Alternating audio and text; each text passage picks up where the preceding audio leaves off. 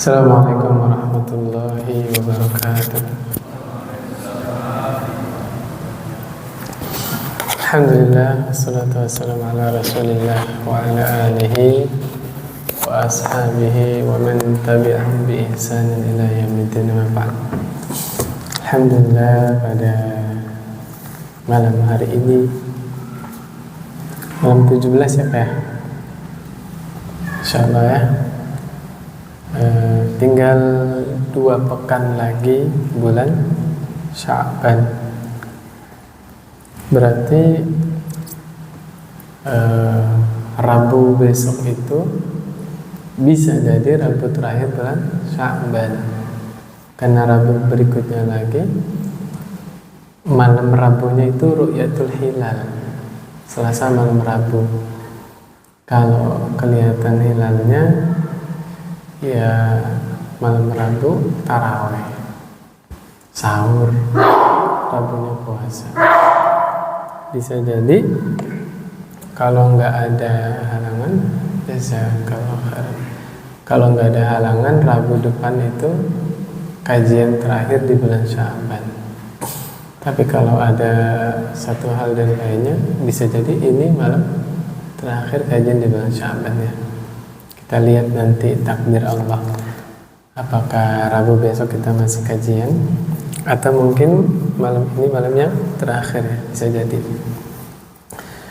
Pada pembahasan malam ini agak riskan ya, karena kita membahas hadis arba'in yang kelima, arba'in Nawawi. Tapi mau gimana lagi, namanya dakwah itu menyampaikan kebenaran ya. Justru para nabi dan rasul dimusuhi oleh umatnya karena mereka menyampaikan kebenaran. Dan memang pada dasarnya, pada asalnya kebenaran itu bertentangan dengan hawa nafsu manusia. Karena pada dasarnya manusia itu tidak mau diatur. Manusia itu pengennya hidup bebas semaunya, iya nggak Pak? Nah, disitulah beratnya kita menerima kebenaran. Tapi semakin berat sesuatu, ya dalam kurung itu adalah kebaikan, maka semakin besar pahalanya, ya. Langsung aja masuk ke pembahasan ya. An Aisyah radhiyallahu anha qalat. Dari Aisyah, semoga Allah meridhoinya.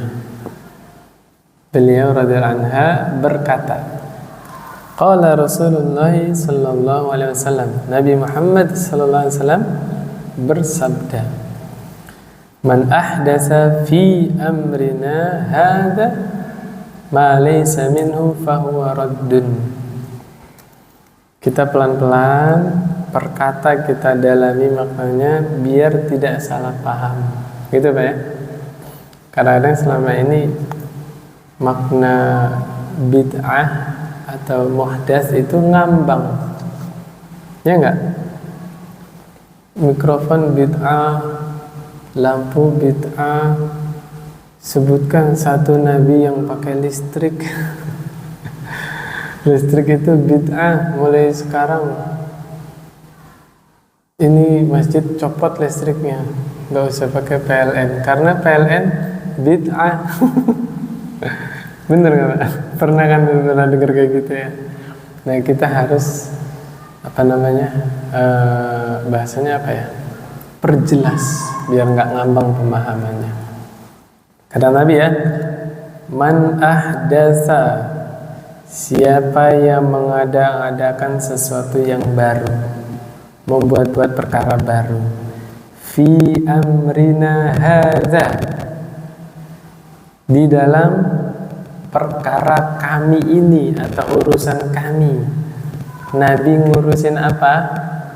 Agama. Jelas Pak ya? Berarti yang dilarang oleh Nabi itu adalah berbuat sesuatu yang baru atau mengada-adakan agama. bukan masalah duniawi. Kalau duniawi, boleh nggak berbuat bid'ah? Boleh. Bahasa kerennya apa? Inovatif, kreatif gitu kan? Silakan berinovasi secerdas mungkin, secanggih mungkin. Malah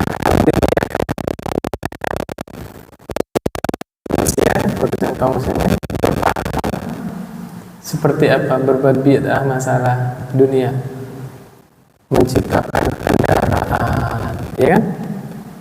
Apa mobil, pesawat terbang, kereta, itu semua bid'ah kan? Nggak ada di zaman Rasul kan? Di zaman Rasul sudah ada pesawat? Belum ada. Berarti bid'ah tidak? Betul bid'ah. Tapi perkara apa? Duniawi. Boleh? Sangat dianjurkan. Dalilnya mana? Yaitu suatu hari Rasulullah SAW melihat sahabat Ansor sedang mengkawinkan pohon kurma. Ini pohon aja nikah, Pak. Pohon aja kawin, Pak. Nabi ketika melihat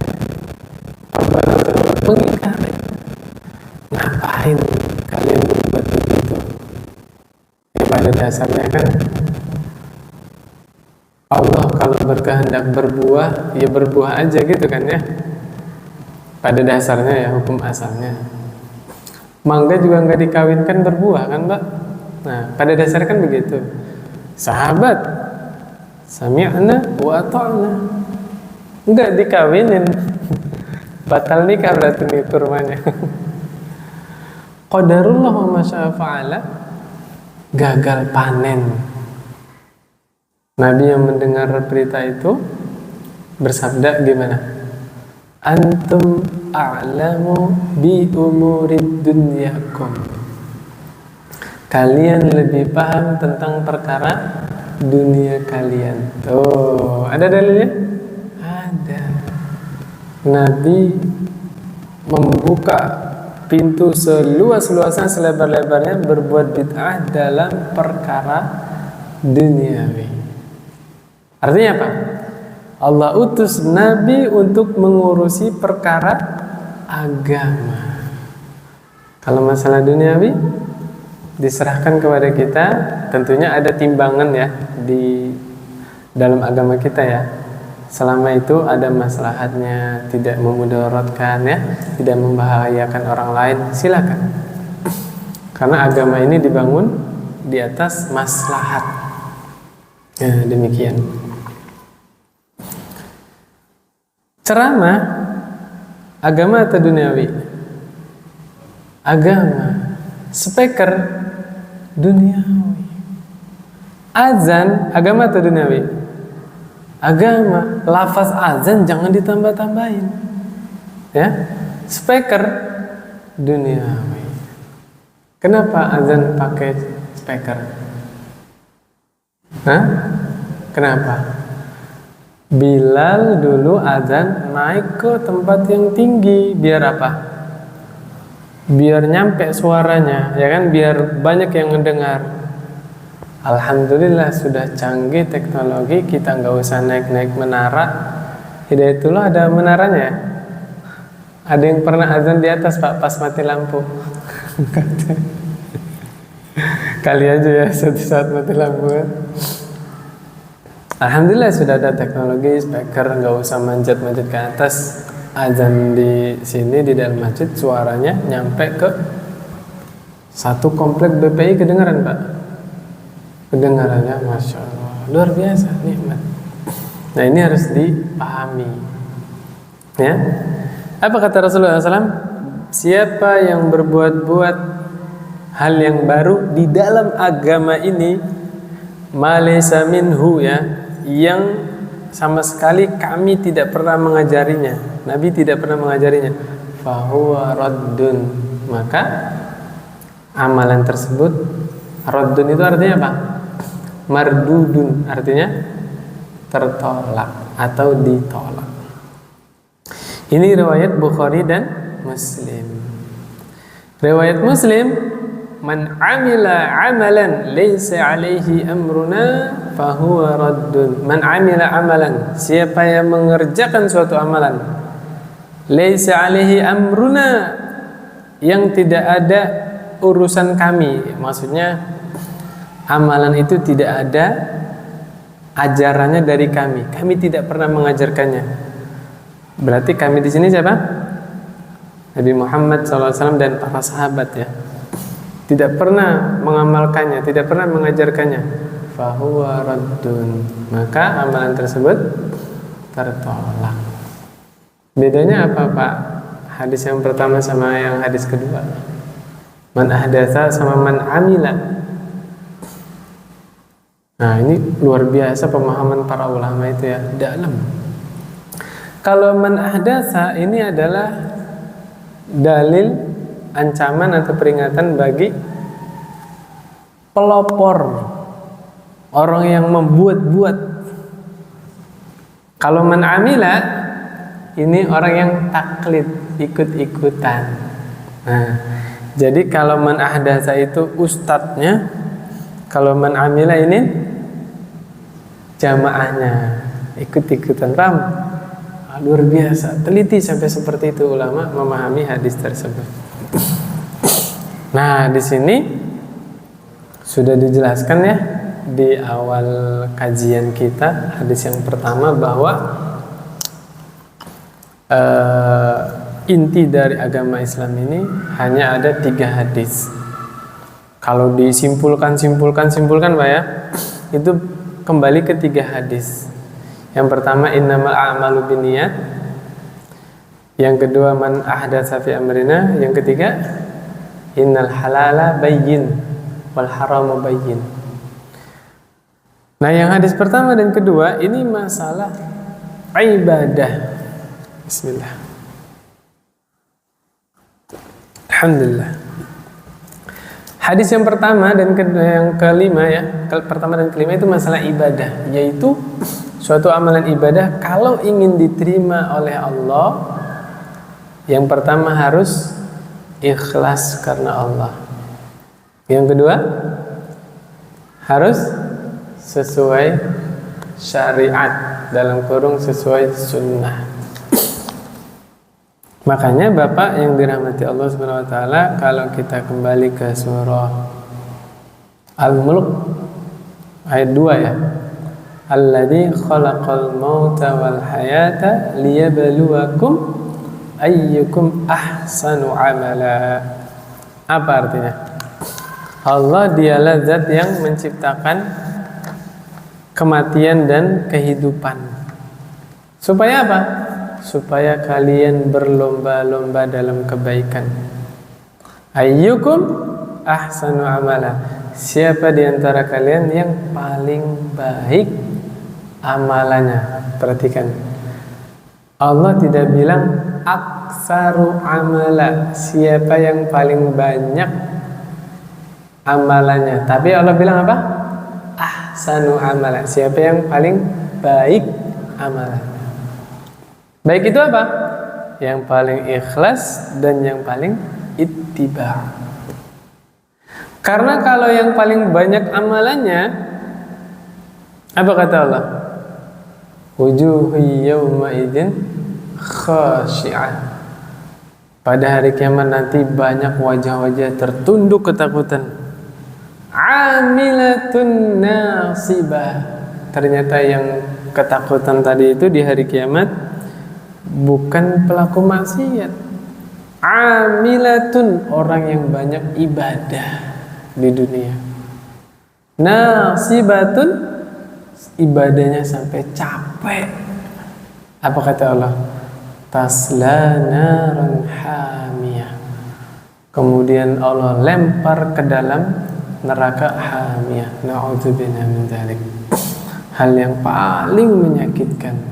Di dunia dia ibadah, mengira dia dirinya sudah jadi orang baik, mengira bekalnya sudah banyak, pahalanya sudah banyak, di akhirat masuk neraka. Na'udzubillah min dzalik. Ngeri nggak Pak? Ngeri. Nah ini ketika saya baca Misbahul Munir, Sahih Tafsir Ibnu Katsir, ya jadi Tafsir Ibnu Katsir kan masih umum ya Pak ya. Di situ masih banyak hadis-hadis dhaifnya juga. Bapak kalau buka Tafsir Surah Yasin, itu ada anjuran baca Surah Yasin di situ, di Tafsir Ibnu Katsir itu. Tapi kan dilihat sanadnya. Ya, nanti ada hadis-hadis yang boleh jadi hujah dan tidak boleh jadi hujah. Kemudian di dalam Tafsir Ibnu Katsir juga masih banyak Israiliyatnya.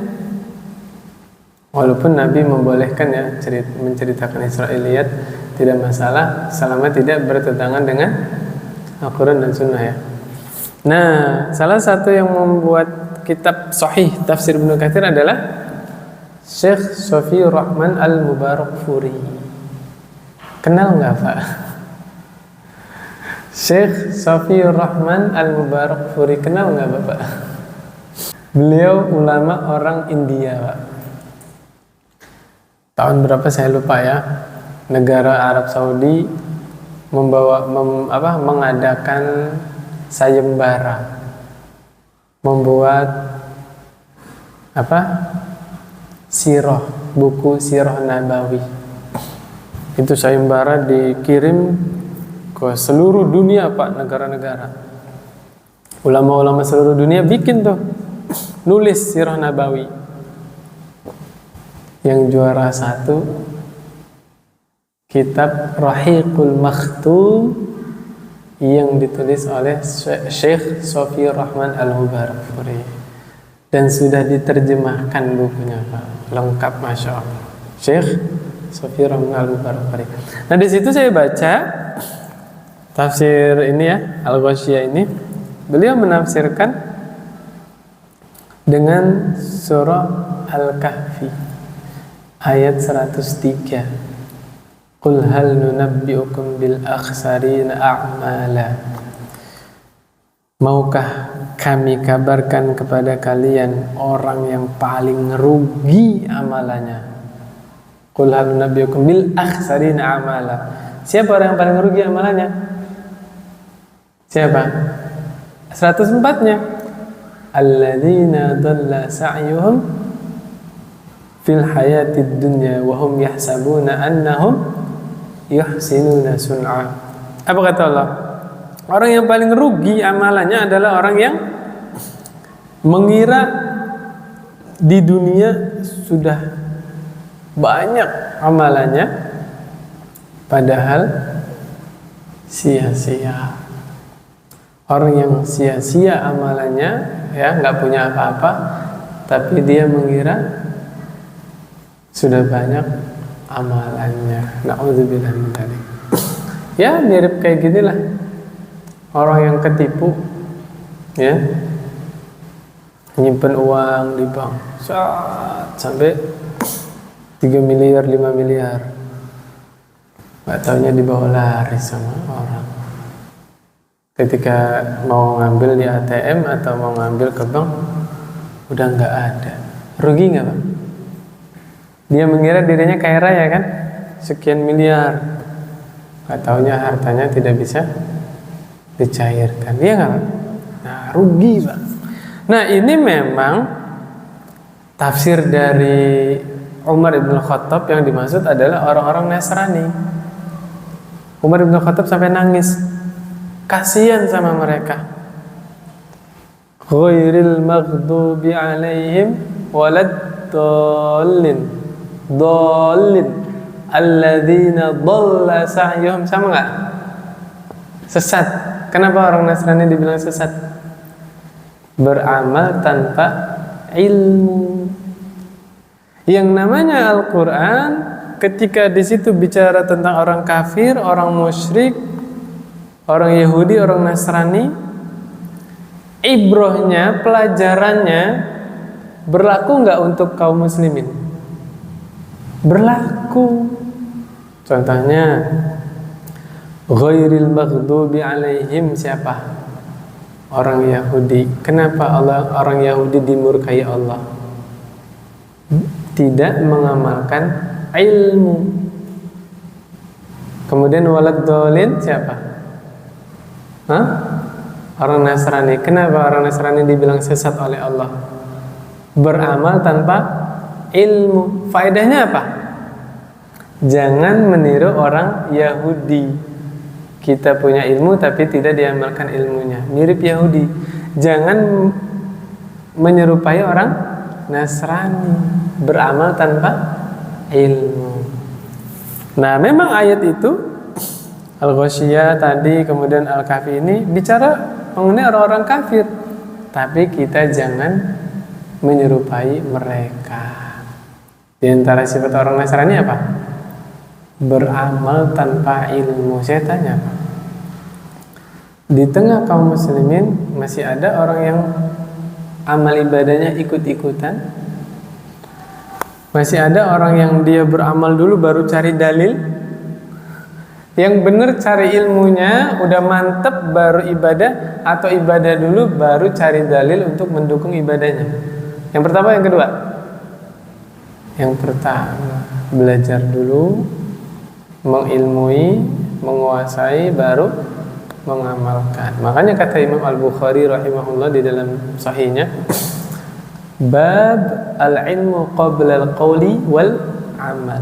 Bab tentang wajibnya berilmu sebelum berucap dan beramal. Nah, di sini kita simpulkan ya. Kesimpulannya apa? Amalan bisa diterima oleh Allah Subhanahu wa taala kalau dia memenuhi dua syarat. Yang pertama, ikhlas karena Allah, jangan karena yang lain. Bentar lagi kita puasa kan? Puasanya harus ikhlas karena Allah. Jangan dicampuri dengan sesuatu apapun. Jangan sampai puasa Ramadan sambil diet. Sebulan puasa nih, lumayan berat badan saya turun 5 kilo. Jangan, Pak. Ya kan? Hati-hati loh, Pak. Salah dalam niat, waduh, rusak ibadah kita. Terus puasanya jangan diniatkan supaya sehat. Ada hadis palsu kan? Sumu tasihu, puasalah kalian akan sehat.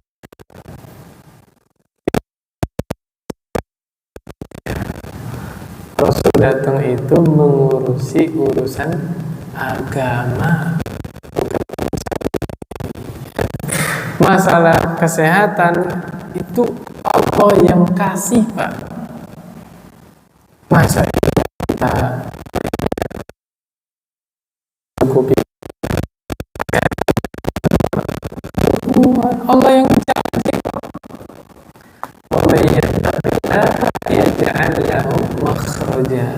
Siapa yang bertakwa kepada Allah, Allah akan jadikan baginya jalan keluar.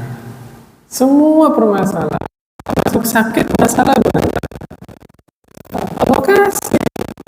Tapi ibadahnya harus ikhlas karena Allah. Kalau dulu kan yang masih muda dulu, sekarang udah bapak-bapak ya, mungkin pernah diajarin amalan biar disenengin sama cewek, puasa. Aduh, yang senyum-senyum kayaknya pernah diajarin sama gurunya. Nah, apa? Kalau bahasa sini kan nong mah cewek, kalau teng ya, kalau cewek cowok ya, teng amalakan ke, baca surah Yusuf, puasa. Biar apa? Cewek-cewek demen. Hati-hati ya. Apa namanya? Melakukan amalan akhirat, amalan agama, dan mencari duniawi itu salah satu yang diancam oleh Allah Subhanahu wa taala.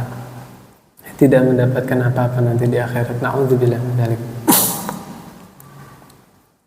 Nah, itu harus ikhlas. Yang kedua, harus ittiba, harus sesuai dengan apa yang dibawa oleh Rasulullah sallallahu alaihi wasallam. Di tengah masyarakat ada syubhat. Syubhat itu kesamaran dalam pemahaman. kegantung pemahamannya. Mereka baca perkataan Imam Asy-Syafi'i rahimahullah. Bid'ah itu dibagi menjadi dua. Kalau Imam Syafi'i membaginya bukan bid'ah hasanah dolalah, bukan.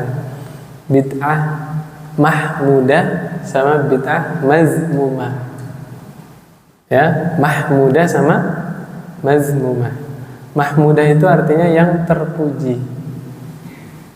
Mahmudah muannas, ada tak marbutah. Kalau mudzakarnya mahmud. Ya. Mahmudah itu muannas, mudzakarnya mahmud. Mudzakar itu laki-laki, mahmud. Sampai Indonesia Mahmud jadi perempuan, mamah muda. Ada aja ya istilah-istilah apa namanya. Orang Indonesia itu paling pinter nyingkat-nyingkat, bener ya? Pelan-pelan aja ya, nggak langsung ke sana itu. Kalau mazmumah artinya apa? Tercela. Tapi yang miris para kiai, para ustadz berhenti sampai situ doang, nggak dilanjutin ucapan Imam Syafi'inya. Lanjutan perkataan Imam Syafi'i apa? Segala bid'ah yang mencocoki Al-Quran dan Sunnah maka itu bid'ah mahmudah. Nah itu harus dilanjutin perkataan Imam Syafi'i ya. Jangan sampai Imam Syafi'i dikatakan membuat bid'ah dalam kurung bid'ah hasanah.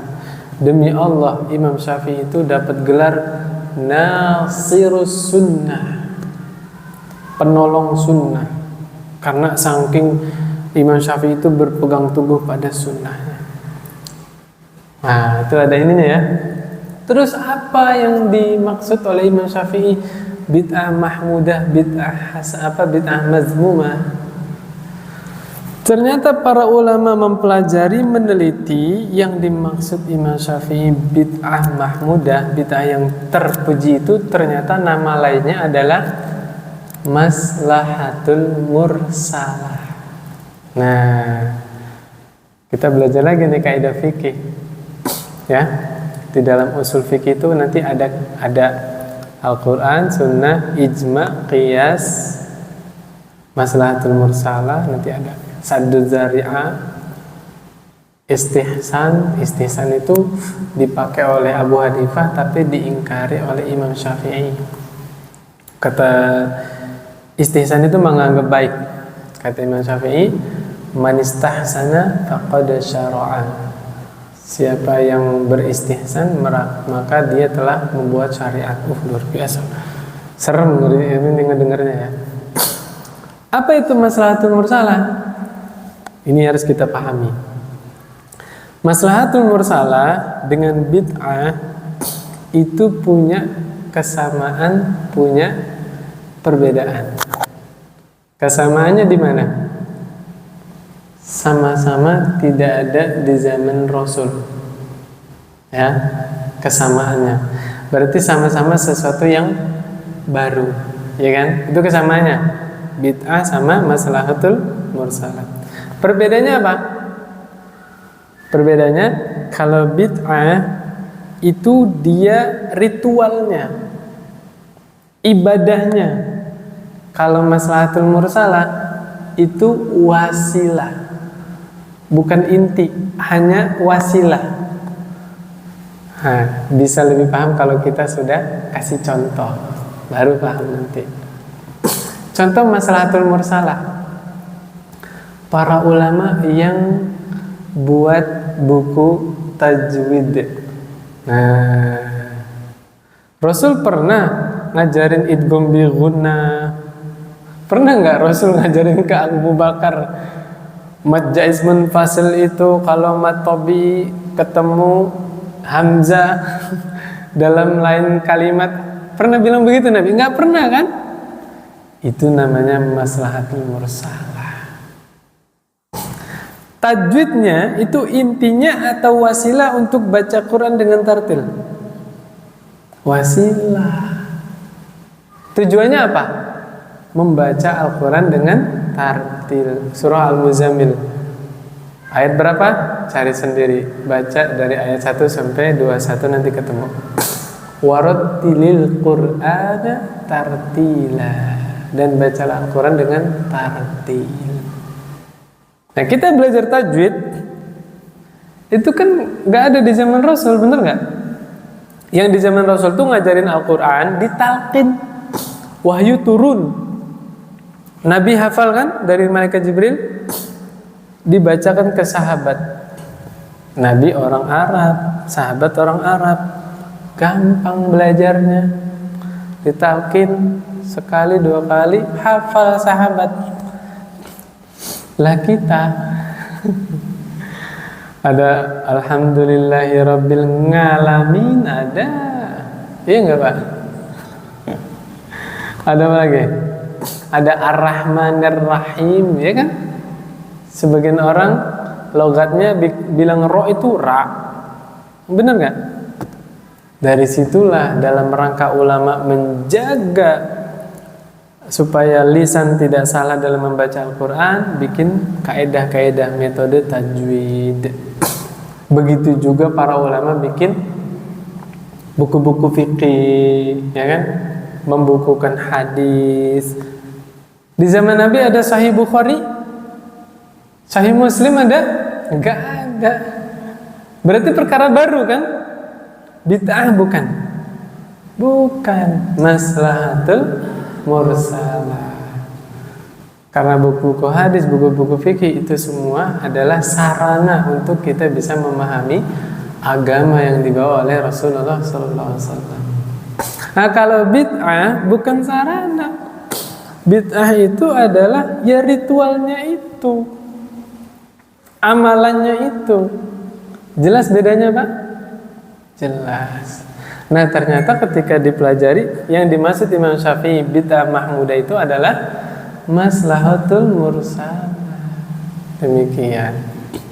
Jadi kalau kita sepakat ada bid'ah hasanah, betul bid'ah hasanah, tapi yang sesuai dengan Al-Quran dan Sunnah. Saya jadi ingat sesuatu, Pak. Di zaman Umar, iya enggak? Taraweh. Nah, ingat ya? Di zaman Rasul, taraweh sahabat masing-masing, Pak. Ramadan datang, taraweh jojong, tapi masing-masing. Ada sahabat sholat di sana sendirian, sholat taraweh, Pak. Sahabat di sana sholat berjamaah 3 orang, 5 orang di sana, masing-masing. Di zaman Abu Bakar juga berlaku demikian. Di zaman Umar, ya, pas suatu ketika Umar kan biasa ronda ya, Masya Allah. Belusukan itu sunnahnya Umar. Belusukan kalau bahasa Jawa ya. Kalau bahasa Indonesia belusukan, tahu Pak? Apa artinya belusukan? Belusukan apa? Pemimpin langsung terjun ke masyarakat. Sebelum pemimpin-pemimpin sekarang belusukan, Umar udah lebih dahulu. Tapi bedanya Umar tidak bikin konten. Nah, itu bedanya. Umar nggak bawa kameramen. Bener Pak ya? Itu bedanya. Umar ketika dengar ada warganya yang nangis, ya kan, anaknya kelaparan, balik ke Baitul Mal, Pak, angkat sendiri tuh gandum. Masya Allah, luar biasa. Ya beda Pak ya. Apa namanya, zaman Umar sama zaman sekarang beda. Nah, ketika Umar melihat di masjid, kok kayaknya masing-masing ini sholat ya di masjid, tapi kok masing-masing sholat kan? Akhirnya Umar satukan jamaah. Umar angkat imam. Imam satu apa dua, Pak? Satu, Pak ya. Satunya badal. Jadi yang imamin tarawih di zaman Umar itu ada dua, Ubay bin Ka'ab sama Tamim Ad-Dari. Ya, Ubay bin Ka'ab ini, kenapa Umar ngangkat Ubay bin Ka'ab? Karena memang diakui oleh Rasul bacaannya. Ketika Rasul salah bacaan sholatnya, selesai sholat, yang diajak ngobrol Ubay. Padahal di situ ada Ali, ada Abu Bakar, ada Umar. Ubay bin Ka'ab, kamu tadi sholat bersama kami? Na'am ya Rasul. Kenapa? Kok nggak betulin bacaan saya? Yang ditanya siapa? Ubay bin Ka'ab. Dari situlah Umar ngangkat Ubay bin Ka'ab jadi imam taraweh. Loh, imam rawatibnya siapa? Umar. Identiknya pemimpin itu ia paham agama, bacaan Qur'annya bagus, dia bisa ngimamin sholat. Itu identik, Pak. Ya bahasa kitanya ya, mestinya kalau presiden di suatu negara dia bisa ngimamin di masjid jami'nya itu, yang di ibu kota misalnya, dia bisa khutbah Jumat juga, luar biasa. Akhirnya pemimpinnya bertakwa kepada Allah Subhanahu wa taala. Ketika Umar menyatukan jamaah salat tarawih, Umar bilang apa? Ni'matul bid'ah hadhihi. Sebaik-baik bid'ah adalah ini. Loh, berarti Umar bikin bid'ah. Kan biasanya kan kalau orang yang cepat menarik kesimpulan gitu ya, Umar sendiri loh yang ngomong, bukan prasangka-prasangka ulama, enggak. Umar bilang apa? Ni'matul bid'ah hadhihi. Sebaik-baik bid'ah adalah ini. Berarti sebelum Imam Syafi'i bilang ada bid'ah hasanah, Umar udah duluan bilang, bener kan? Gimana jawabnya, Pak? Apakah Umar bikin bid'ah? Wallahi demi Allah, sahabat tidak pernah berbuat bid'ah. Sahabat itu orang yang paling takut melakukan bid'ah. Sahabat itu adalah orang yang paling ittiba kepada Rasulullah SAW. Kita nggak akan memahami perkataan Umar ini kecuali mendengar penjelasan dari para ulama. Kalau saya dengar dari pondok ya, jadi yang dimaksud bid'ah oleh Umar itu adalah bid'ah secara bahasa, bukan secara istilah. Kenapa? Salat tarawih di zaman Rasul sudah ada? Sudah ada. Salat tarawih di zaman Rasul secara berjamaah pernah Rasul lakukan? Sudah pernah. Tapi hanya 2 malam. Malam ketiga Nabi nggak mau berjamaah. Kenapa? Khawatir jadi wajib. Begitu sayangnya Nabi kepada kita, Nabi itu nggak mau kita keberatan terhadap syariat. Masya Allah. Nabi bela-belain sholat tarawihnya di rumah tidak berjamaah. Supaya apa? Supaya tarawih tidak diwajibkan. Masya Allah. Begitu cinta yang mendalam, kecintaan Rasulullah SAW kepada kita. Nah, Umar itu faqih, Pak, dalam pemahaman agamanya. Yang menghalangi Rasulullah berjamaah sholat tarawih adalah kekhawatiran Rasul, khawatir sholat tarawih dijadikan wajib. Sekarang Nabi sudah meninggal. Kalau Nabi sudah meninggal, wahyu sudah terputus, sudah selesai. Apa yang berubah? Tidak mungkin. Yang dimana Rasul sudah sampai hari hilang. Ragu. Satu pasti. Satu semuanya imamnya satu. Nah, ini namanya illah. Ilmu fikih ya. Illah itu alasan kenapa ini dilakukan, alasan kenapa ini tidak dilakukan. Illahnya apa? Nabi tidak sholat berjamaah setiap malam, khawatir jadi wajib. Sekarang Nabi sudah meninggal, ilahnya hilang. Kalau Umar bikin berjamaah nggak mungkin jadi wajib, ya kan? Tuh, ini jawaban pertama. Yang dimaksud bid'ah oleh Umar adalah bid'ah secara bahasa. Kenapa? Sholat tarawihnya sudah ada dari zaman Nabi, tarawih berjamaahnya sudah ada di zaman Nabi. Umar ketika itu berkata di hadapan para tabi'in, yang para tabi'in belum pernah sholat tarawih berjamaah di masjid. Tuh, jelas nggak? Kan setelah sahabat masa siapa? Tabi'in, ya kan? Makanya sahabat gak ada yang mengingkari Umar ketika dijadikan berjamaah. Nah, baru paham, oh iya, Umar bilang begitu, ternyata di hadapan Umar ada para tabi'in. Iya betul, yang dialami oleh tabi'in, perbuatan Umar menyatukan jamaah sholat tarawih berjamaah itu adalah bid'ah. Yang dialami oleh siapa? Tabi'in. Karena memang di masa tabi'in belum pernah sholat tarawih berjamaah di masjid disatukan, baru ada di zaman Umar. Jelas nggak Pak? Tuh, jadi nggak salah paham kita. Jadi intinya Bapak yang bertanya, yang dimaksud bid'ah hasanah itu ternyata maslahatul mursalah. Karena maslahatul mursalah itu tidak merubah syariat. Maslahat, ya, maslahatul mursalah itu justru memudahkan kaum muslimin untuk memahami agama. Coba jajal Bapak belajar Al-Quran, jangan belajar tajwid. Aduh, kayak apa bacaan Al-Qurannya? Udah belajar tajwid aja masih paham maksud saya Pak ya? Gimana kalau nggak belajar tajwid, ya kan?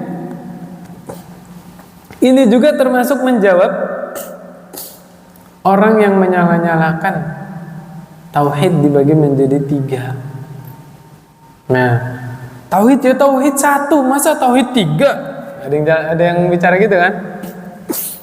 Kita katakan pembagian tauhid menjadi 3 itu juga dalam rangka memudahkan masyarakat untuk memahami tauhid.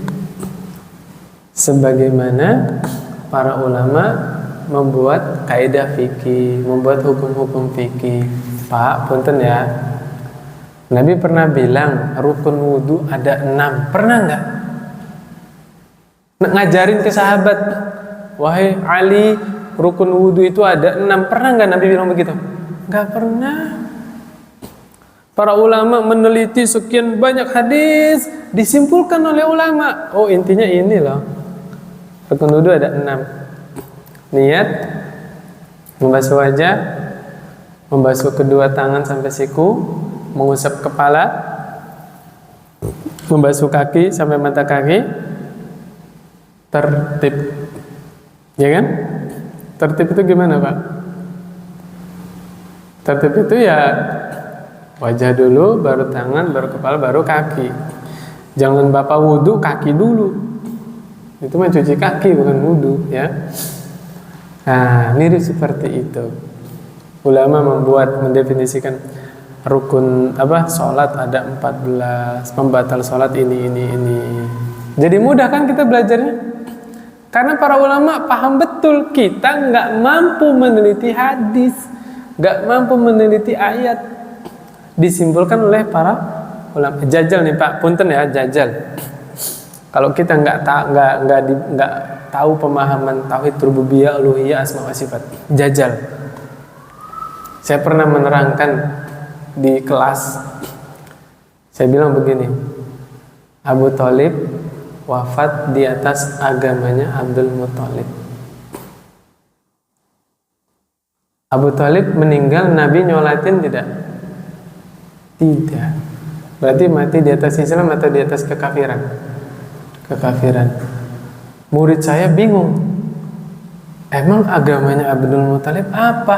Karena dia ingat peristiwa ketika Abraha ingin menghancurkan Ka'bah, Abu Thalib datang kan? Ngapain Pak? Bukan ngalangin, ngambil unta. Untanya dirampaskan sama Abraha, kalau nggak salah 200 ekor unta atau 100 ekor unta. Minta dibalikin. Abraha kecewa. Kamu, saya datang mau menghancurkan rumah ibadah kalian, ya Ka'bah itu mau saya hancurkan. Kamu masih ngurusin unta kamu, gimana sih? Karena Abdul Muthalib ketika itu adalah pemimpin Quraisy. Harusnya kan membela ya. Apa kata Abdul Muthalib? Ana Rabbul Ibil, saya ini yang punya unta. Urusan saya unta saya. Ka'bah itu milik Allah. Allah tidak akan tinggal diam terhadap orang yang akan menghancurkan Ka'bah. Tauhid bukan Pak? Tauhid. Abdul Muthalib orang yang bertauhid. Kok tiba-tiba Abu Thalib di dalam hadis dijelaskan mati di atas agamanya Abdul Muthalib, kok dikafirkan? Bingung nggak Pak? Nah bingung kan? Dari situlah ulama menjelaskan, oh tauhidnya Abdul Muthalib itu tauhid rububiyah. Abdul Muthalib dalam urusan uluhiyah tidak mentauhidkan Allah. Apa itu rububiyah? Apa itu uluhiyah? Rububiyah itu mentauhidkan Allah dalam perbuatan-perbuatan Allah. Kita meyakini Allah yang maha menciptakan, hanya Allah yang maha menghidupkan, mematikan, hanya Allah yang mampu melakukan itu. Kita meyakini hanya Allah yang mampu menurunkan hujan, hanya Allah yang mampu menahan hujan. Itu tauhid rububiyah. Tauhid uluhiyah itu apa?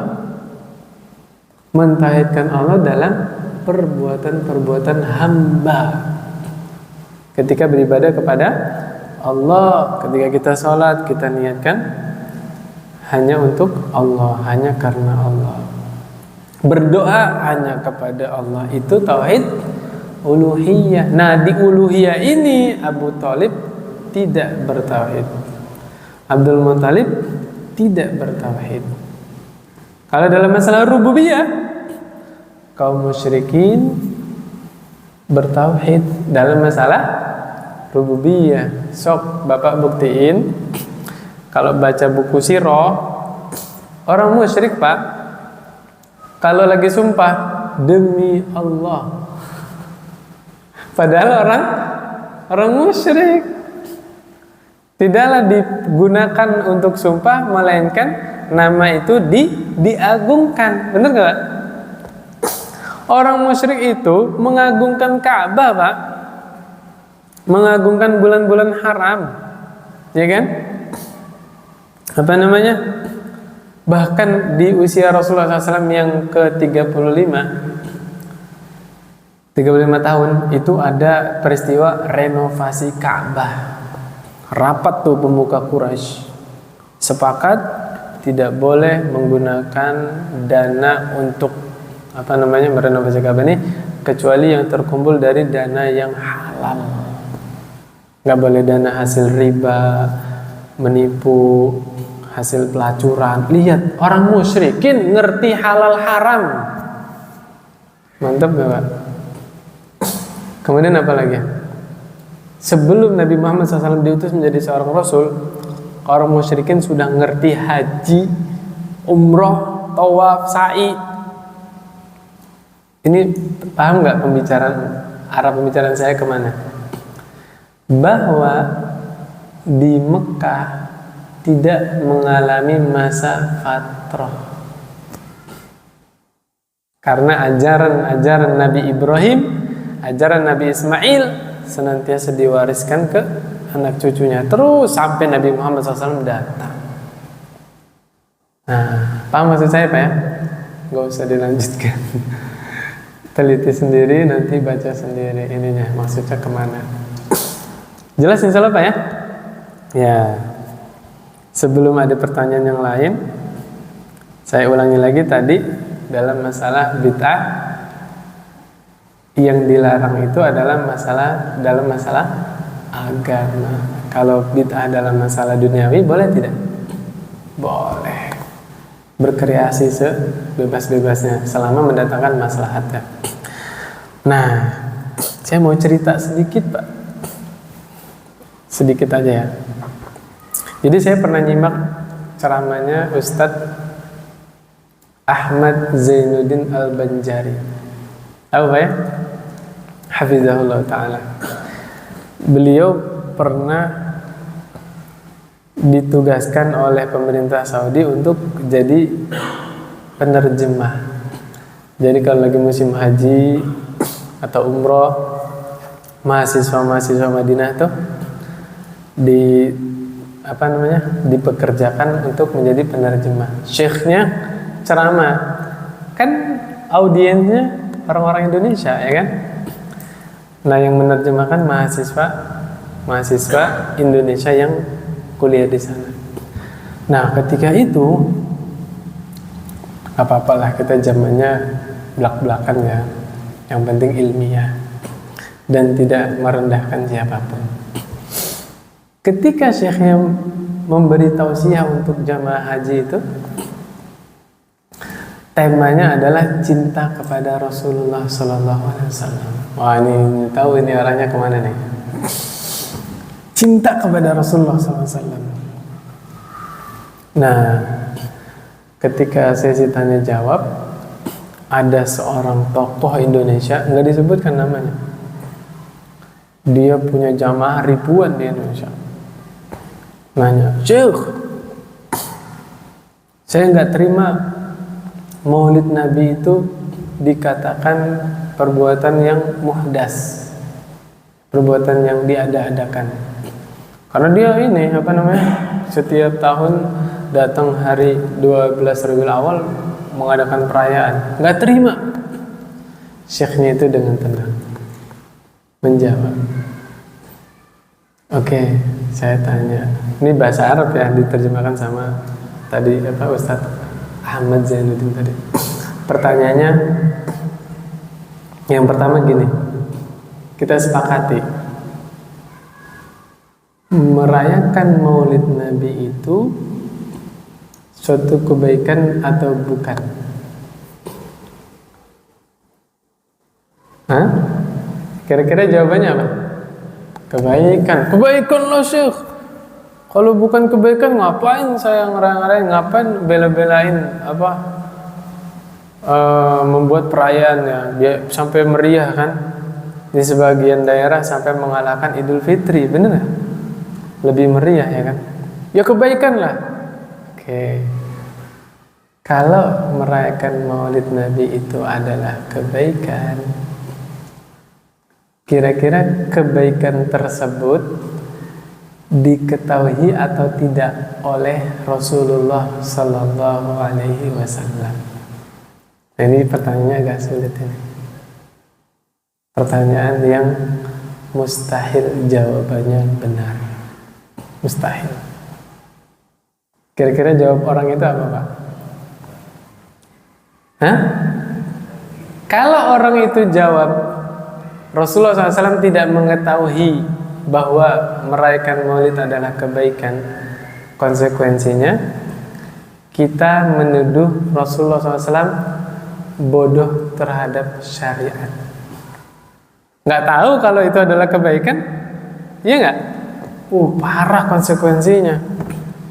Kita menuduh Rasulullah SAW bodoh terhadap. Kenapa? Karena kita tahu ini kebaikan, Rasul nggak tahu ini kebaikan, iya nggak?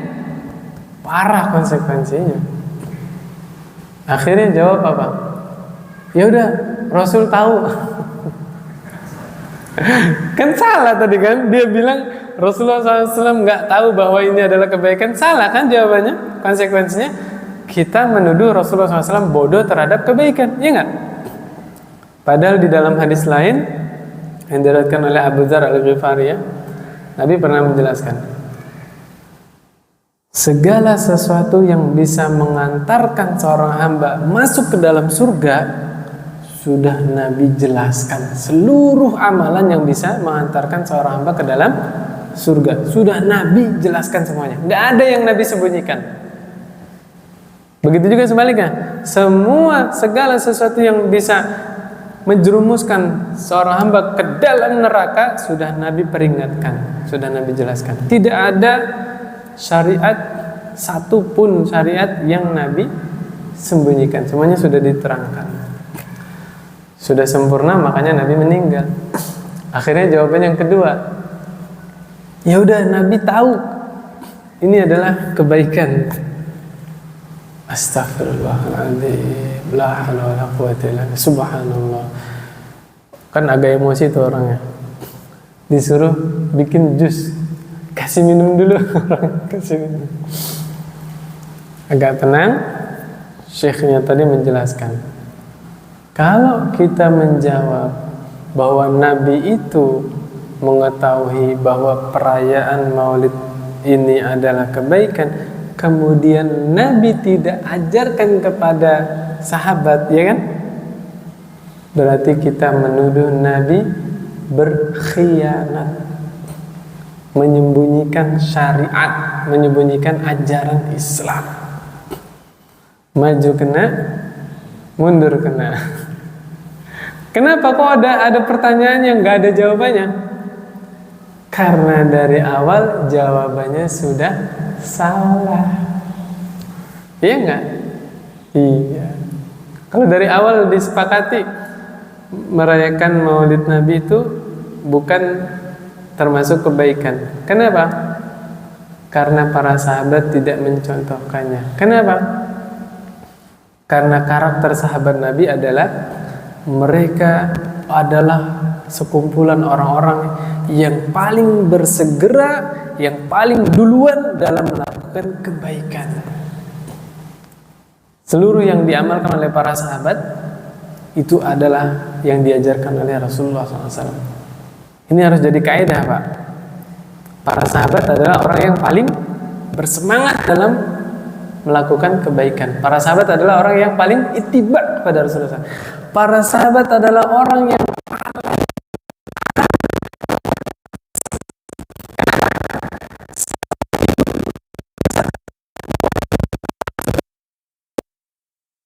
kalau ada sahabat yang melakukan kesalahan, langsung Allah yang tegur. Kemudian Rasulullah SAW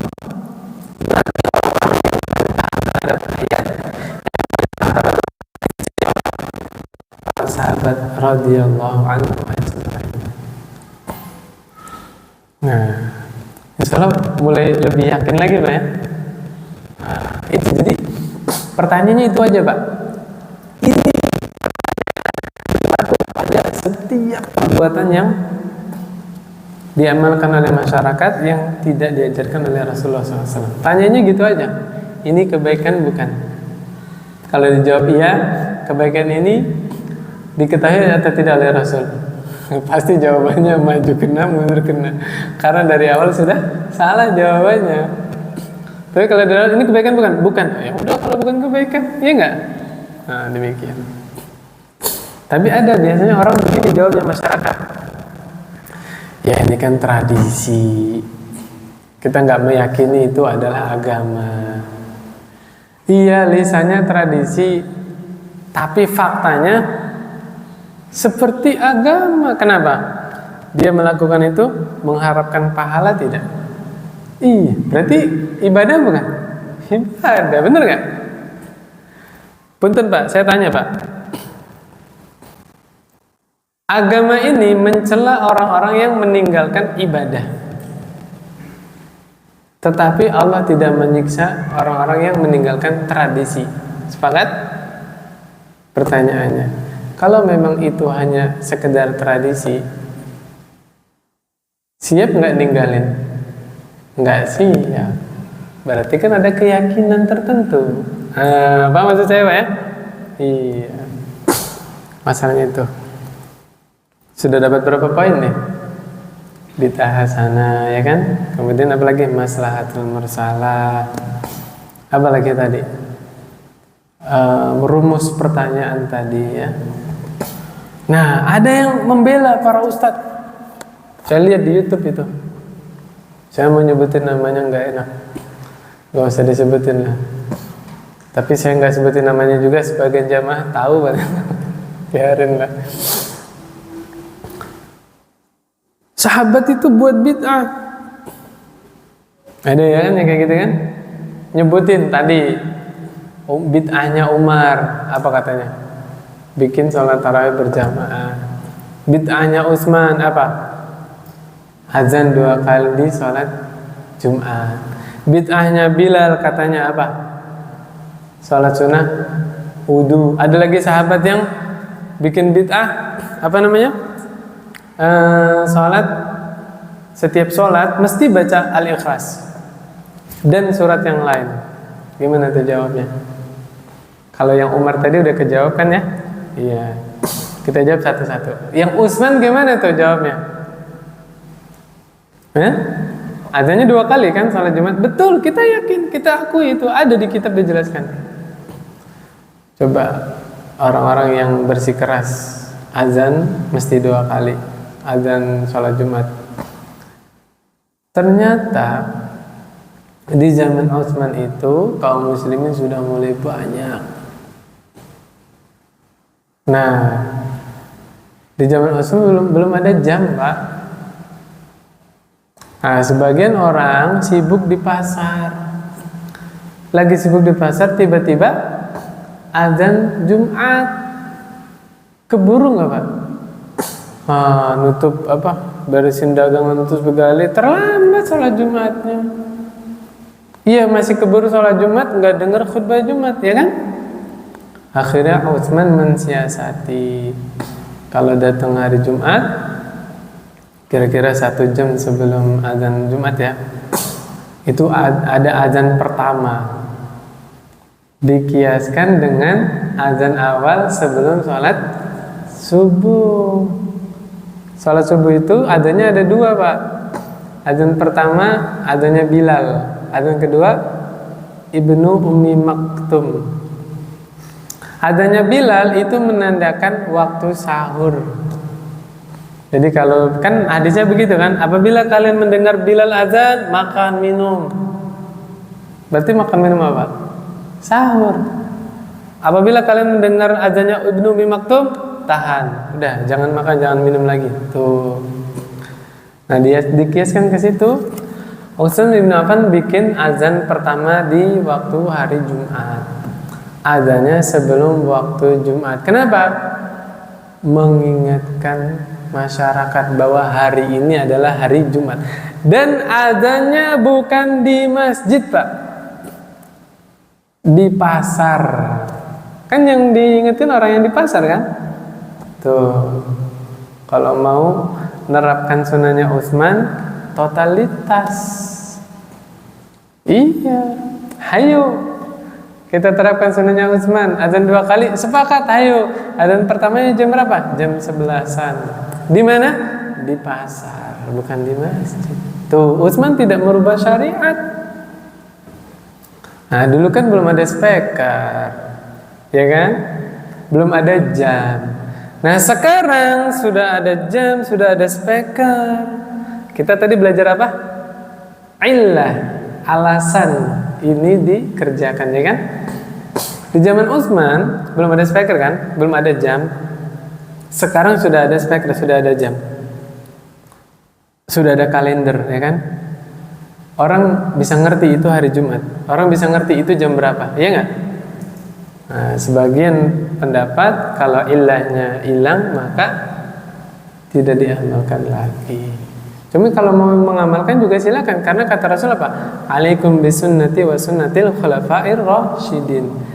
Berpegang teguhlah kalian dengan sunnahku dan sunnah khulafa'ir rasyidin. Tapi tadi totalitas. Gimana cara pengamalannya? Demikian. Kejawab nggak Pak azannya Utsman? Kejawab ya. Terus tadi apa yang berikutnya? Bilal. Ya. Na'udzubillah min dzalik. Sahabat Bilal radhiyallahu anhu yang mulia dituduh berbuat bid'ah. Na'udzubillah min dzalik. Perkataan ini enggak bagus ya. Demi Allah, sahabat tidak ada yang melakukan bid'ah, enggak ada. Sahabat itu yang paling ittiba. Jawabnya gimana? Coba lihat teksnya, teks hadisnya gimana? Nabi dengar suara terompanya Bilal, suara sandalnya Bilal atau sepatunya Bilal. Kemudian paginya Nabi datengin Bilal atau Nabi bertemu Bilal. Nabi nanya apa ke Bilal? Wahai Bilal, amalan apa yang paling engkau harapkan? Yang engkau andalkan di hadapan Allah, yang paling jadi andalan gitu loh. Yang paling engkau cintai apa? Apa kata Bilal? Singkat hadisnya ya. Bilal selalu menjaga wudhu. Ini yang pertama. Yang kedua, setiap habis wudhu Bilal sholat sunnah. Ya, sholat sunnahnya bukan 2 rakaat. Apa kata Bilal? Masya Allah, sekehendak Allah. 2 rakaat salam, kalau masih mau sholat bangun lagi sholat. Itu bid'ah bukan? Bukan. Yang pertama, sholat sunnah wudhu itu ada di hadis yang diriwayatkan oleh sahabat Utsman bin Affan. Utsman bin Affan mengajarkan wudhu nih. Wudhu yang kita terapkan selama ini adalah hadisnya Utsman bin Affan. Wudhu sempurna, apa kata Utsman? Beginilah aku melihat Rasulullah SAW wudhu. Barang siapa yang wudhunya sempurna seperti ini, kemudian sholat 2 rakaat, maka Allah akan ampuni dosa-dosanya. Tuh, udah ada sholat sunnah wudhu? Sudah. Siapa yang ngajarin? Rasulullah Sallallahu Alaihi Wasallam. Jadi bukan Bilal buat perkara baru. Kejawab ya? Itu yang bilang. Yang sahabat yang tadi yang satunya, setiap ngimamin sholat, melulu nggak lupa baca Al-Ikhlas. Yang jadi masalah bukan baca Al-Ikhlas doang, plus surat yang lain. Diingkari sama sahabat, sama makmumnya. Wahai imam, engkau kalau sholat pilih salah satu aja sih. Kalau kulhu aja, kalau surat-surat aja gitu loh. Kan aneh ya. Enggak ya. Saya belum pernah yang imamin kayak gitu di sini ya. Saya berani kayak gitu di sana Pak, di Rakata. Kalau di Rakata kan saya ngisi kajian udah lama, sudah tahu bagaimana karakternya. Jojong saya, habis Al-Fatihah, surat yang lain, terus Al-Ikhlas. Nggak ada yang ngingkarin karena sudah tahu ilmunya. Nah, ditanya sama ini, imamnya jawab apa? Kalau kamu nggak suka saya imamin, cari imam yang lain. Dibilangin malah ngeyel ya, malah nantang. Qadarullah makmumnya udah cinta sama imam tadi Pak, bacaannya bagus, akhlaknya bagus, agamanya bagus. Akhirnya disampaikanlah kasus ini kepada Rasulullah SAW. Ditanya sama Rasul orang tadi, apa motivasi kamu melakukan itu? Jawab sahabat apa? Di dalam Al-Ikhlas itu berisi penuh sifat-sifat Allah. Iya nggak Pak? Ayat 1 sampai 4 semuanya itu tentang sifat Allah. Dan saya cinta surah Al-Ikhlas. Apa kata Rasulullah SAW? Engkau masuk surga karena kecintaanmu kepada surah Al-Ikhlas.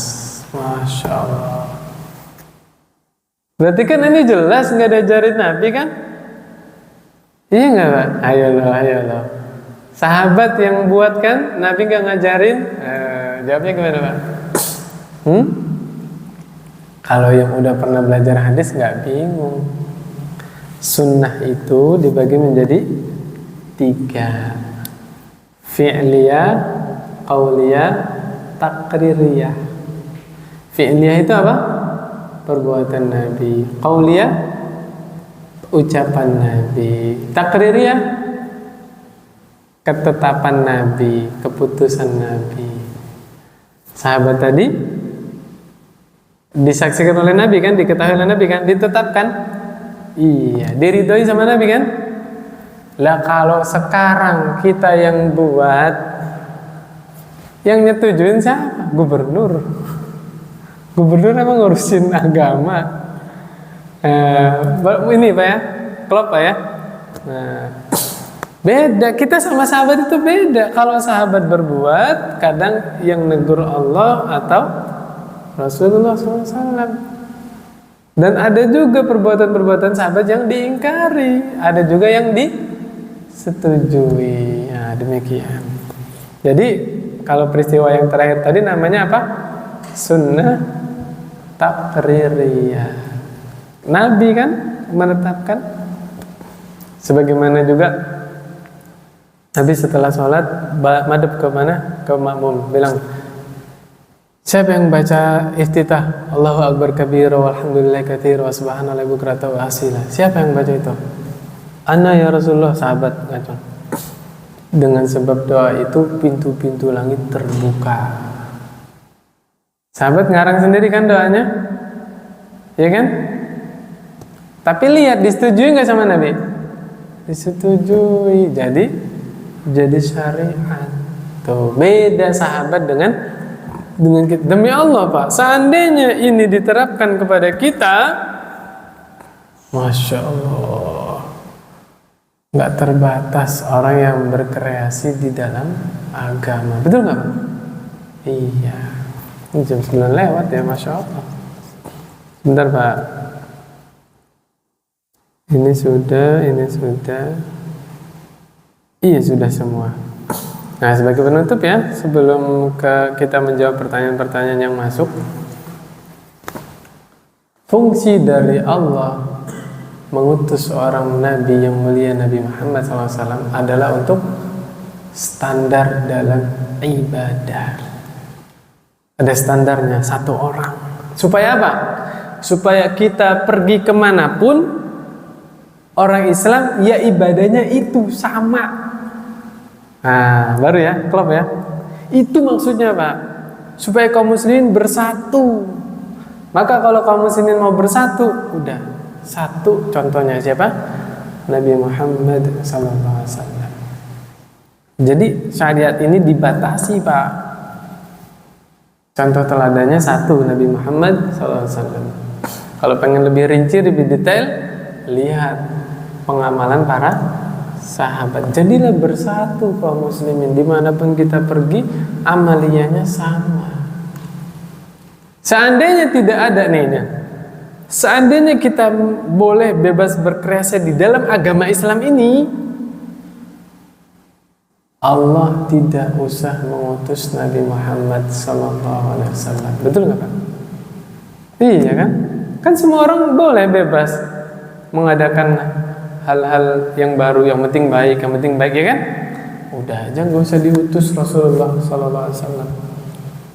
Orang setiap kaum muslimin boleh berkreasi masing-masing ibadahnya. Nah itulah fungsinya. Kenapa Allah mengutus Nabi Muhammad SAW? Untuk apa? Standar dalam beribadah. Makanya ulama membuat kaidah, hukum asal ibadah adalah haram, tidak boleh dikerjakan sampai ada keterangan, ada petunjuk dari Al-Quran dan hadis. Kalau nggak tahu ilmunya, nggak usah ibadah Pak, karena memang hukum asalnya nggak boleh ibadah. Inilah istilahnya tauqif atau mauquf ya. Tauqif itu apa? Secara bahasa intinya berhenti. Maksudnya apa? Ya kita nggak ngapa-ngapain kalau nggak ada dalil. Kalau ada dalil baru berbuat. Saya ulangi banyak kaidahnya ya.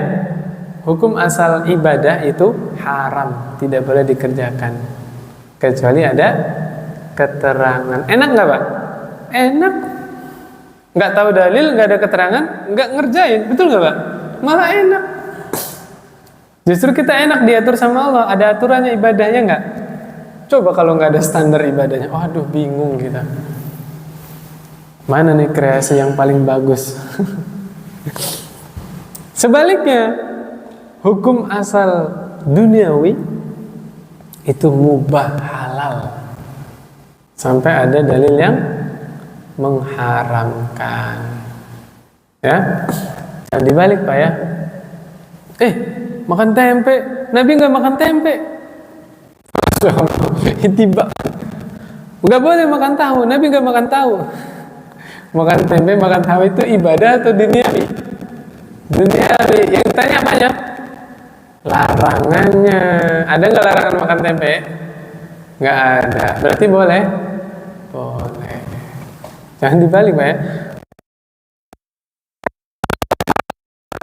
Orang nih buat acara yang baru, ketika dilarang, nggak ada.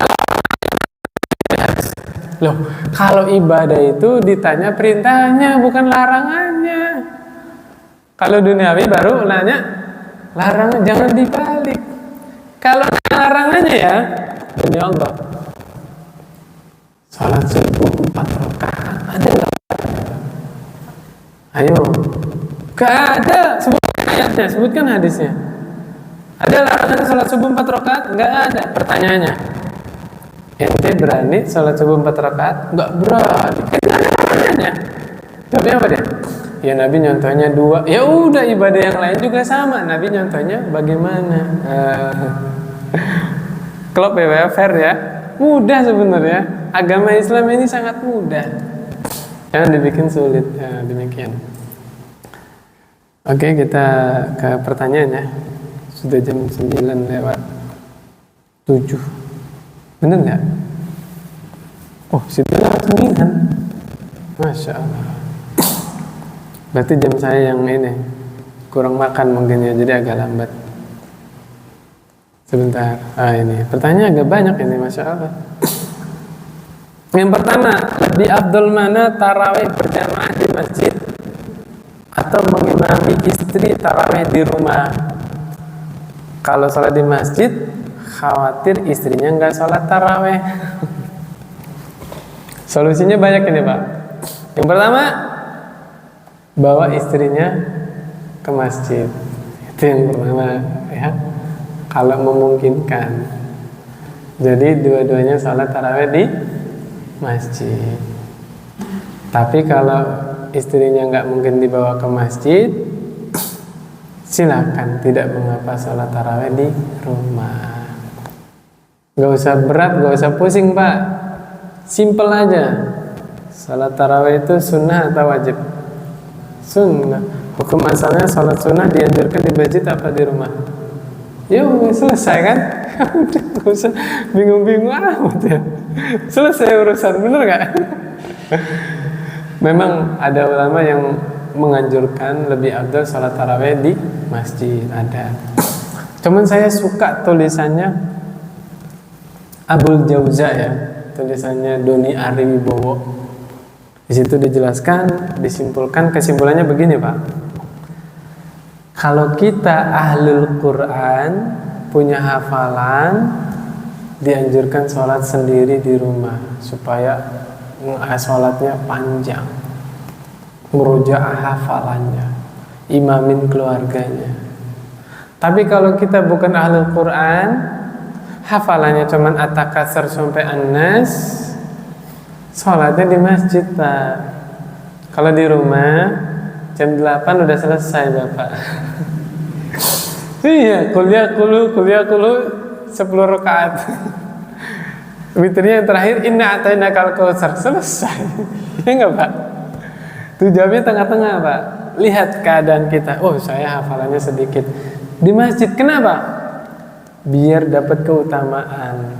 Sholat malam itu yang lebih utama adalah lama berdirinya.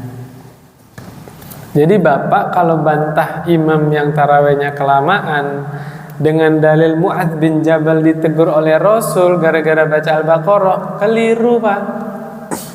Mu'adz bin Jabal itu ngimamin kepanjangan sholat fardu. Sholat fardu iya nggak boleh panjang-panjang, betul. Ditegur sama Rasul. Kalau sholat sunnah, ayo Rasulullah SAW bacanya Al-Baqarah, lanjut An-Nisa, lanjut Ali Imran, masih rakaat yang pertama Pak. Ayo mau ngingkarin, harus pas kasusnya. Yang sunnah ya pakai dalil yang sunnah, yang wajib ya pakai dalil yang wajib gitu Pak. Pokoknya gitu Pak ya. Lihat situasi kondisinya. Kalau memang istrinya bisa dibawa ke masjid, maka bagus sholat tarawih di masjid. Kenapa? Supaya agak lama berdirinya. Kan beda Ramadan sama di luar Ramadan, masa disamain? Ya beda ya. Tapi kalau yang bertanya ini dia hafal apa, dia hafiz Quran misalnya, atau hafalannya banyak, ya nggak masalah ngimamin di rumahnya. Yang kedua, ada seorang bapak ngajarin apa? Anaknya, Allah ada di atas. Nah masalahnya anak ini naik pesawat Pak, terbang kan? Kalau Allah di atas, kok pas naik pesawat nggak ketemu Allah? Kata anak, namanya anak balita Pak ya, masih balita ini anaknya. Gimana nih cara ngajarinnya? Kasih tahu aja, nah Langit itu ada 7 lapis. Langit loh ya, bukan awan ya. Nah, jarak dari bumi ke langit yang pertama itu 500 tahun perjalanan. Artinya apa? Bapak nih kalau naik pesawat pengen ke atas langit tuh, kan 500 tahun perjalanan kan? Baru 60 tahun perjalanan itu Bapak udah meninggal, belum nyampe ke langit. Tuh jauh, saking jauhnya. Nah, itu baru langit yang pertama, nak. Nah, antara langit yang pertama ke langit kedua itu juga jaraknya jauh, 500 tahun perjalanan. Begitu juga sampai langit yang ketujuh. Nah, Allah itu di atas arsy. Ya, arsy itu makhluk Allah yang paling besar. Dan bumi ini ada di genggaman Allah SWT. Allah maha besar. Makanya kita hidup di dunia belum bisa melihat Allah. Nah, kita lihat, terangin sama anak ya. Kita kalau masih hidup di dunia, nak, nggak bisa melihat Allah. Allah itu maha indah. Kalau perlu terangin hadis. Ya, selama ini kita hidup bisa normal karena Allah menutupi diri Allah Subhanahu wa taala dengan hijab yang terbuat dari cahaya, Pak. Kalau hijab Allah itu disingkap, dibuka, seluruh makhluk yang kena cahayanya Allah itu musnah, Pak, binasa. Saking Allah itu maha dahsyat. Itu nanti bahasanya di ini tafsir surah Al-A'raf. Ketika Nabi Musa minta melihat Allah di Gunung Turisaina kan, Nabi Musa ingin Allah menampakkan dirinya kan. Nah, Nabi Musa suruh melihat ke gunung sebelah sana. Allah tampakkan sedikit cahaya Allah SWT, gunung itu hancur, Pak. Baru sedikit gunung itu hancur, Nabi Musa pingsan. Nah, terangkan, gak apa-apa, ceritain ke anaknya begitu, supaya anaknya, luar biasa, Allah itu ternyata zat yang maha dahsyat. Gitu. Kemudian pertanyaan kedua, zikir pagi petang diajarkan membaca subhanallah wa bihamdi sama astagfirullah wa atubu ilaih, itu kan 100 kali ya. Tapi biasanya saya hanya baca 3 atau sampai 11 kali aja. Apakah itu termasuk perkara bid'ah? Enggak ya, bukan bid'ah. Yang pertama, ini perkaranya sunnah, bukan wajib kan? Maka kata Rasulullah SAW, ketika kita mengerjakan ketaatan, fattaqullaha mastata'tum, bertakwalah semampu kalian. Gitu. Kalau mampunya 3 kali, mampunya 11 kali. Bahkan ada orang yang nggak baca, bener nggak? Ini masih mending ini baca nih, alhamdulillah. Maka bukan bid'ah. Silakan. Kayak Bapak punten ya. Selama ini Bapak baca zikir setelah salat kan subhanallah 33 kan? Alhamdulillah 33. Allahu Akbar 33, bener nggak? Kalau Bapak bikin 11, boleh tidak, Pak? Boleh. Ada riwayatnya. 11 kali. Nah, disitulah syariat. Kalau dalam masalah yang tidak wajib, itu penuh dengan kelonggaran ya. Bahkan sholat sunnah sambil duduk boleh nggak? Boleh. Sholat sunnah sambil duduk, tapi pahalanya setengah daripada sholat sambil berdiri. Enak banget kalau pahalanya sama. Yang nggak boleh itu sholat sunnah sambil main HP, nggak boleh. Ya. Yang berikutnya, apakah ada amalan khusus bulan Sya'ban? Ada nggak, Pak? Ada, Pak. Bulan Sya'ban ini, yang pertama Rasulullah SAW banyak berpuasa di bulan Sya'ban. Diterangkan bahwa Nabi kalau datang bulan Sya'ban itu puasanya hampir sebulan, Pak. Bahkan di dalam hadis yang lain Nabi puasa sebulan penuh di bulan Sya'ban. Kebalik sama kita ya. Besok gak bisa makan siang, makan dia. bikin pesta, temennya diundang, mumpung belum Ramadan. Allahu Akbar. Beda sama Nabi ya. Nabi itu pemanasan. Kenapa? Supaya tubuhnya tidak kaget. Datang Ramadan sudah biasa, sudah jadi ahli, ya enggak? Kita enggak. Syaban ayo makan bakso, mie ayam, batagor, masya Allah, es campur. Datang Ramadan sakit. Bikin penyakit sendiri berarti kan? Kebanyakan makan penyakit bukan Pak? Penyakit juga. Nah demikian Pak ya. Jadi yang sunnah itu kalau datang bulan Syaban ngapain? Perbanyak puasa. Sama apa? Perbanyak membaca Al-Quran. Di antaranya nama lain bulan Syaban adalah Syahrul Quran Pak. Bulan Al-Quran. Kenapa? Tradisi ulama salaf terdahulu kalau datang bulan Syaban itu murojaah hafalan. Ya, murojaah hafalan buat apa? Buat tarawih di bulan Ramadan.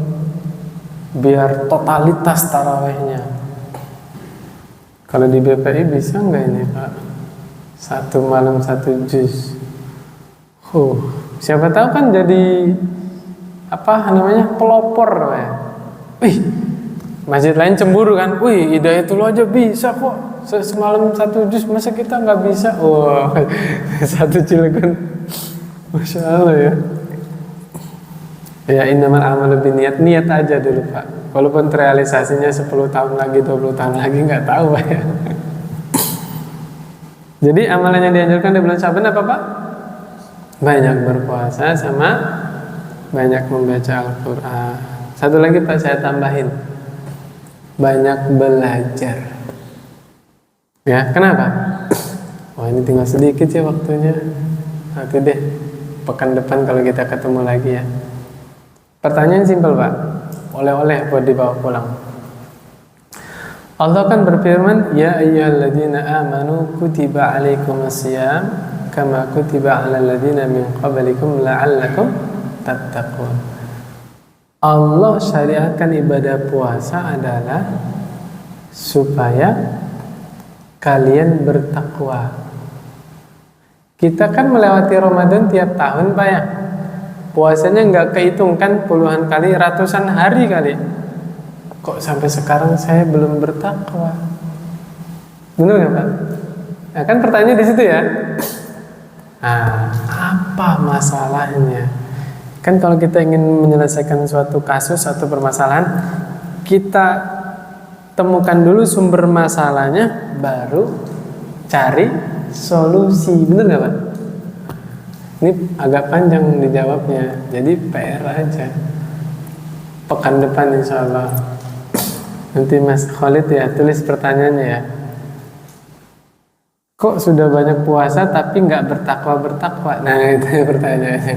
Nanti kita jawab pekan depan insya Allah. Kemudian berikutnya pertanyaan terakhir ya. Misal kita ibadah, contoh puasa atau sedekah, tapi kadang kita keceplosan pas ditanya kan, lagi puasa dan kalau sedekah diceritain tuh sedekah sekian-sekiannya. Apakah ini termasuk ria? Ria nggak Pak? Ya tergantung dianya ya. Pas dia jawab itu, ada nggak niat di dalam hatinya untuk pamer? Kalau ada berarti ria. Jadi emang ria itu kan amalan hati ya, dalam kurung Pak ya, dosa ya, dosanya hati. Jadi kita nggak bisa memvonis orang itu ria atau tidak, karena dia yang mengalami. Jadi dilihat ketika kita keceplosan bilang, contoh nih contoh. Puasa, lagi siang hari ditawarin minum. Saum bilang gitu kan. Udah dia pergi. Dia nangis berdoa, ya Allah, berikanlah keikhlasan kepada saya ya Allah, jagalah niat saya. Nah dia kan sudah berusaha ikhlas kan Pak. Dia bilang lagi puasa terus pergi gitu kan. Nah beda jawabannya. Nggak minum? Iya nih, lagi puasa Daud. Udah 3 tahun saya istiqomah puasa Daud. Nah kan beda ya. Orang pertama seorang kedua beda nggak Pak? Beda. Iya nggak Pak? Nah, itu kan artinya dari situlah lihat ketika dia menjawab niatnya apa? Ada niat pamer atau tidak? Nah gitu ya. Solusinya gimana supaya kita mengobati ria ini? Apa namanya? Solusinya supaya kita tidak berbuat ria tadi. Solusinya gimana Pak? Lanjutkan amalannya, minta tolong kepada Allah supaya kita diberi keikhlasan. Laksanakan sunnah. Apa sunnah? Menyembunyikan amal perbuatan. Kan Nabi banyak di dalam hadis menerangkan kenapa sholat sunnah dianjurkannya di rumah, menyembunyikan amal, ya kan? Itu ajaran yang diajarkan oleh Nabi. Apalagi ada 7 golongan yang dapat naungan Allah di hari kiamat. Salah satunya apa? Orang yang sedekah sembunyi-sembunyi. Saking rahasianya, tangan kiri nggak ngerti apa yang disedekahkan tangan kanan. Maksudnya apa? Jangankan orang lain, tangan kiri aja nggak tahu apa yang disedekahkan tangan kanan tuh. Jadi apa tadi solusinya biar kita nggak riya? Lanjutin amalannya, istiqomah. Yang kedua, minta tolong sama Allah supaya kita diberi keikhlasan. Demi Allah, kalau Allah nggak tolong, kita nggak bakal mampu berbuat ikhlas. Demi Allah. Jadi minta tolong kepada Allah. Yang ketiga apa? Sembunyikan amal solehnya. Kenapa saya katakan yang pertama ini? Karena para ulama menjelaskan min alamatil qabulil amal min alamatil qabulil hasanah al hasanatu ba'daha. Di antara ciri indikator suatu kebaikan itu kan setelahnya. Paham nggak Pak? Berarti kesimpulannya, ciri seseorang itu amalannya diterima oleh Allah adalah dia istiqomah dalam melakukan. Istiqomah Pak. Bapak hari ini baca Quran Pak. Pengen tahu bacaan Quran Bapak hari ini diterima atau tidak? Lihat besok. Kalau besok Bapak masih baca Quran, berarti mudah-mudahan yang kemarin diterima amalannya. Gitu Pak, istiqomah nggak Bapak? Melakukan amalan tersebut. Kalau Bapak melakukannya istiqomah, mudah-mudahan itu alamat atau ciri amalan kita yang kemarin diterima sama Allah SWT. Kita tidak memvonis ya, indikator, tanda-tanda, bukan menjustis bahwa amalan yang kemarin pasti diterima, enggak. Hanya alamat saja. Cukup Pak ya? Ya udah, kita akhiri dengan doa kafaratul majlis. Subhanakallahumma wa bihamdika asyhadu an la ilaha illa anta astaghfiruka wa atubu ilaik. Assalamualaikum warahmatullahi wabarakatuh.